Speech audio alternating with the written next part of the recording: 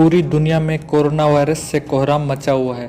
दुनिया भर के लगभग हर बड़े देश में कोरोना से हजारों लोगों की जान जा चुकी है, तो वहीं लाखों लोग इस घातक वायरस से पीड़ित चल रहे हैं। भारत में भी कोरोना से लगभग 12 लाख लोग पीड़ित हैं। इस बीच कोविड-19 वैक्सीन को लेकर एक बड़ी और राहत देने वाली खबर आई है। देश में कई फार्मा कंपनियां कोरोना पर काम कर रही हैं, लेकिन इनमें से पुणे स्थित सीरम इंस्टीट्यूट ऑफ इंडिया सबसे आगे चल रही है। जानकारी के अनुसार इंस्टीट्यूट ऑफ ऑक्सफोर्ड यूनिवर्सिटी में तैयार हो रही कोरोना वैक्सीन के ट्रायल की तैयारी में है।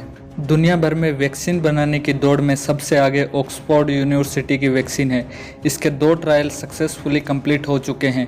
इन दोनों फेज में पता किया गया है कि जिन लोगों पर इस वैक्सीन का ट्रायल किया गया है, इनमें कोरोना वायरस से लड़ने के लिए एंटीबॉडीज़ बने हैं या नहीं, इसका कोई साइड इफ़ेक्ट हुआ है या नहीं। इन दोनों ट्रायल का अब रिजल्ट आ चुका है, जिसमें पता चला है कि वैक्सीन देने के बाद में 28 दिन के बाद व्यक्ति में एंटीबॉडीज़ बनने लगते हैं और इस वैक्सीन को लेने के बाद हल्का बुखार या सिर दर्द जैसी छोटी प्रॉब्लम्स होती हैं, जिसे पैरासीटामोल लेकर ठीक किया जा सकता है। इसका कोई साइड इफ़ेक्ट नहीं है। इसी ऑक्सफोर्ड यूनिवर्सिटी वैक्सीन के साथ भारत की पुणे स्थित सीरम इंस्टीट्यूट ऑफ इंडिया का करार है। हालांकि अभी तीसरे फेज का ट्रायल बाकी है, जिसमें 10,000 से ज़्यादा लोगों पर इस वैक्सीन का ट्रायल करके देखा जाएगा कि यह कितनी इफ़ेक्टिव है। अभी इस वैक्सीन का असर कितने दिन तक रहेगा यह कंफर्म नहीं है, मतलब एंटीबॉडीज शरीर में कितने दिन तक मौजूद रहेंगे यह पता नहीं चला है। इसका पता चलने के बाद ही यह डिसाइड होगा कि इसका टीका एक बार लगाना काफ़ी है या कितने दिन के बाद दोबारा इस वैक्सीन का टीका लगाया जाएगा। तीसरे फेज़ का रिजल्ट आने के बाद ही इसे मार्केट में उतारा जाएगा।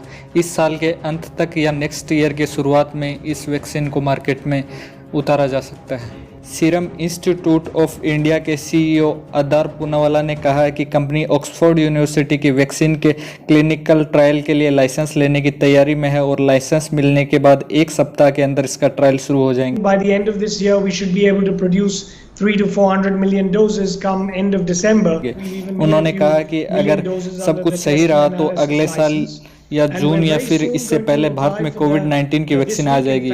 अदार पूनावाला ने वैक्सीन की कीमत के बारे में कहा कि कंपनी हालात को देखते हुए शुरुआत में मुनाफा कमाने के बारे में नहीं सोच रही है, इसलिए शुरुआत में इसकी कीमत 1,000 रुपये या इससे भी कम हो सकती है। So we are planning to put it at about 1,000 rupees or less than that, as the volumes pick up.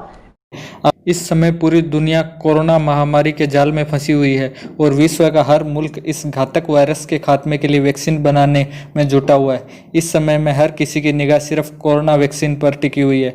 हालांकि अब तक पूरी तरह से यह साफ नहीं हो पाया है कि वैक्सीन कब आएगी और इसका एक्चुअल प्राइस क्या होगा।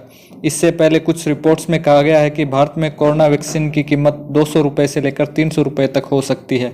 अदार पूनावाला ने यह भी कहा कि हम वैक्सीन के तीसरे चरण के ट्रायल में सबसे पहले 30 करोड़ खुराक तैयार कर रहे हैं। यह जरूर एक जोखिम है, लेकिन अगर ट्रायल सही रहा तो कंपनी कम समय में ज़्यादा से ज़्यादा वैक्सीन का वितरण कर सकेगी।